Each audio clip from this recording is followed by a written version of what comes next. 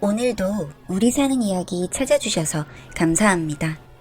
사연자분이 보내주신 이야기 시작해볼게요. 안녕하세요. 저는 누구도 원치 않는데 태어난 아이였습니다. 전 아빠가 누군지 몰랐습니다.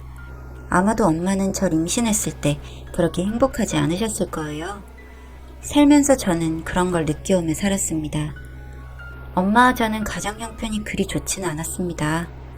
엄마가 하는 일은 옷 수선을 하는 일이었는데 우리 동네에서 제일 예쁘게 옷을 만드는 솜씨를 갖고 있었어요. 그래서인지 친구들은 제가 아빠가 없다는 것을 알고도 함부로 대하지 못했어요. 워낙 엄마는 인자하고 동네 사람들하고 친하게 지내셔서 따르는 이웃들도 많았고 그런 탓에 어린 시절은 아주 궁핍하게 보내진 않았던 것 같아요.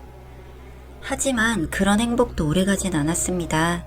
10살이 되던 해에 수선집에 있던 건물이 불이 나서 가게방에서 먹고 살던 저는 엄마와 함께 서울의 낯선 양옥집을 찾아갔어요. 엄마 말로는 저의 친아빠 집이라고 하시더군요. 그날이 아직도 생생하게 기억이 나는데 장마철이었고 비는 억수같이 내리는데 그 집에서는 모르는 사람이라고 문을 열어주지 않았습니다. 저는 비를 맞으면서 오들오들 떨었고 엄마는 제가 감기 들까봐 옷을 벗어서 비를 피하게 해주셨어요. 결국 문을 열어주지 않아 엄마와 저는 허름한 여간방에 짐을 풀게 되었습니다.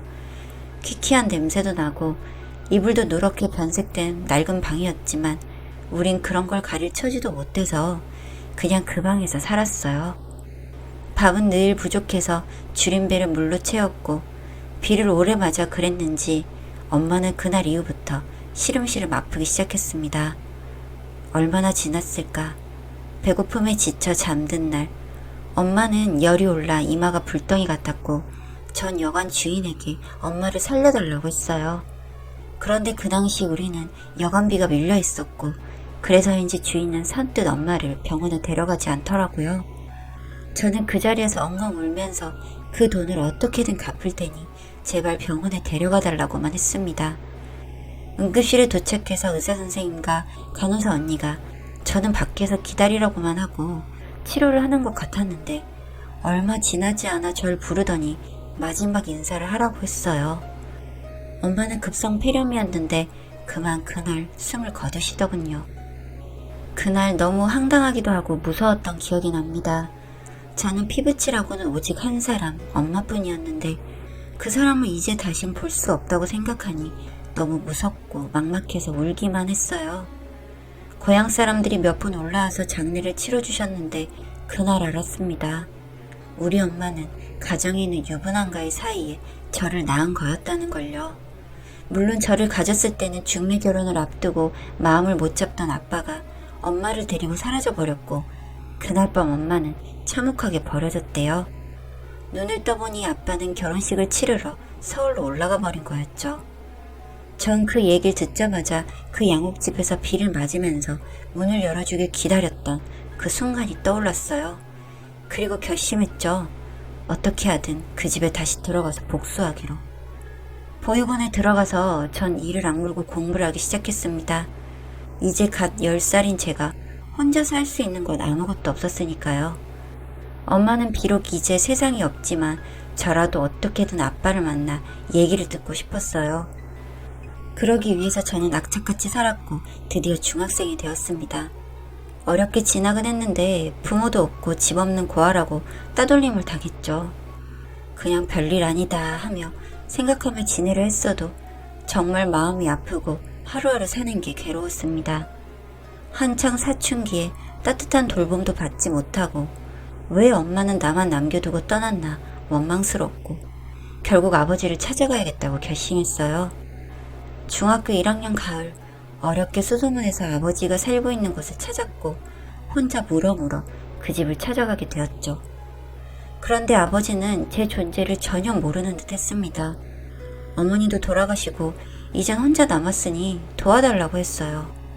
그러자 손을 잡아주시며 이 집에서 같이 살아도 좋다고 허락하셨어요. 그래서 저는 뛸 듯이 기뻐서 보육원에 퇴소해서 그 집으로 들어갔습니다. 그런데 제가 엄청나게 들떠서 생각을 못한 건 아버지가 출근하시고 나면 새엄마와 제 또래 이복 동생들이 저를 절대 인정 못하고 괴롭힐 거라는 사실을 인지하지 못했던 거예요. 심지어 제가 학교에 가 있는 시간에 초등학생이던 여동생과 새엄마는 제 방에 들어가 일기장을 훔쳐보기도 하고 제 옷과 책을 찢어놓기도 했습니다. 학교에서 당하는 따돌림과는 비교도 안 될 정도로 저는 힘들었어요. 전 가슴이 아파 엉엉 울고 저녁밥도 제대로 주지 않아 굶고 자는 일이 다반사였죠. 보육원에 있던 시절보다 더 몸은 쇠약해져 갔고요. 아버지는 제가 이렇게 산다는 것을 전혀 알지 못했고 사실대로 말씀을 드려도 믿지 않으셨어요. 아마도 새엄마의 꼬드김에 넘어가신 거였겠죠. 그리고 갑자기 딸이라고 나타난 여자의 말보다는 새엄마의 말이 아빠 입장에서 더 가깝게 들리셨을 거고요. 전 슬펐지만 그때서야 깨달았어요. 이 집은 내가 살 수 있는 곳이 아니란 것을요. 도저히 안 되겠다 싶어서 학교 선생님에게도 상의 드리고 교회의 도움으로 쉼터에 들어가게 되었습니다. 그곳은 보육원만큼이나 후원 없이는 돌아갈 수 없는 곳이라 밥이나 옷가지를 다 주는 대로 먹고 입었어요. 다행인 건 거기서 야학처럼 공부를 가르쳐준 언니 오빠 도움으로 전 과학고에 진학할 수 있었죠. 제 인생에 있어 마지막 기회였으니까 미친 듯이 잠도 덜 자고 밥 먹는 시간까지 아껴가면서 학교에서 전교 1등을 했고 전국 등수 0.1%에 되는 우등생이 되었습니다. 이게 꿈인지 생시인지 볼을 꼬집어 보기도 했어요. 뜨거운 눈물이 펑펑 흐르더군요. 그런데 그런 기쁨이 가시기도 전에 아버지에게서 연락이 왔습니다. 왜 날 버리듯 보내놓고 이제 와서 나에게 연락을 했을까 의아하기도 했고 싫기도 했습니다. 무슨 큰일이 아니고서는 나를 찾을 이유가 없을 거라는 짐작도 해보았죠. 아버지의 이야기를 계속해서 듣는데 저는 충격적인 이야기를 듣게 되었습니다. 아버지가 현재 안병동에서 췌장암 2기로 투병 중이시라는 거였죠. 나를 세상에 있게 해준 엄마가 떠나더니 이젠 형식상이라도 존재했던 아버지라는 사람도 세상을 떠날 준비를 한다니 도대체 저런 애는 무슨 팔자를 타고난 걸까 생각했습니다. 절 보고 싶다고 하는 아버지의 말에 그냥 지나칠 수 없어 아버지를 만나러 갔고 이젠 정말 얼마 시간이 남지 않았다면서 정말 미안했다고 제 손을 잡아주셨습니다. 아직도 그날이 기억이 납니다. 떨리는 손으로 저에게 정말 잘못했다고 아버지로서 역할을 제대로 해주지 못해서 미안하다며 눈물을 흘리셨어요. 저는 그 모습을 보자 그 핏줄이라는 게 뭐라고 순식간에 마음의 응어리가 풀리는 것 같았습니다. 아버지를 떠올리며 복수하고 싶어 도끼를 품고 공부했던 그 시간들이 다 무의미해졌고 아버지가 하루라도 더 살아계시길 기도하게 되었죠. 엄마를 그렇게 내치고 저를 인정 안 했던 건 너무 믿고 화가 났지만 아픈 아버지를 보면 그런 생각들이 사라져 가더군요. 그런데 여기서 저는 또 한 번 충격적인 사실을 알게 되었습니다. 아버지가 이렇게 되고 나서 한 번도 새엄마와 이복동생들의 얼굴을 볼 수 없어서 물었더니 세상에 이렇게 된 아버지를 버리고 떠났다고 하는 겁니다. 앞으로 몇 달 못 사실 거라는 의사선생님의 말에 모든 재산을 챙겨서 다른 도시로 이사를 가버렸다고 하더군요. 이미 병세가 심각해진 아버지는 그 사실을 알고도 어쩌지 못했다고 하셨고요. 전 그 사실을 알고는 사지가 부들부들 떨려왔습니다. 세상에 인간도 아닌 것들이 사람 행세를 한다는 것도 아버지를 그런 식으로 버리고 간다는 게 이가 갈리더군요. 더 이상 참을 수 없었어요. 학교는 휴학을 했고 아버지 옆에서 간병을 하기 시작했습니다. 그리고 그 인간들은 국선 변호사의 도움으로 재산 빼돌린 것에 대해서 소송을 진행했고요. 저도 알고는 있었습니다. 이 모든 사건이 제가 어린 미성년이 해결하기엔 역부족인 일들이란 것을요. 하지만 저는 그 당시에 제 인생을 걸고 정말 모든 것에 열심히 했습니다. 아버지의 회복을 위해서 간병도 최선을 다해서 했고 국선 변호사와 하는 일도 여기저기 알아보고 했죠. 그렇게 제가 최선을 다해 하는 간병에도 아버지는 병을 이겨내지 못하고 결국 제 곁을 떠나셨습니다. 저를 낳아주신 엄마 그리고 아버지는 그렇게 하늘나라로 가버리신 거죠. 그 후로 전 모든 의욕을 잃고 공부도 놔버리고 방황하기 시작했습니다. 하루 종일 아무것도 먹지 못하고 고시원에서 울다 지쳐 잠드는 생활이 계속되었죠. 세상 천지에 나 하나 기댈 곳이 없다는 게 미칠 정도로 괴롭고 힘든 시간이었습니다. 제대로 된 생활을 하지 못해 결국엔 제 건강도 나빠져서 폐결핵 진단을 받기도 했어요. 그런 생활이 반복되던 어느 날 저희 1학년 때 담임 선생님께서 저를 찾아오셨어요.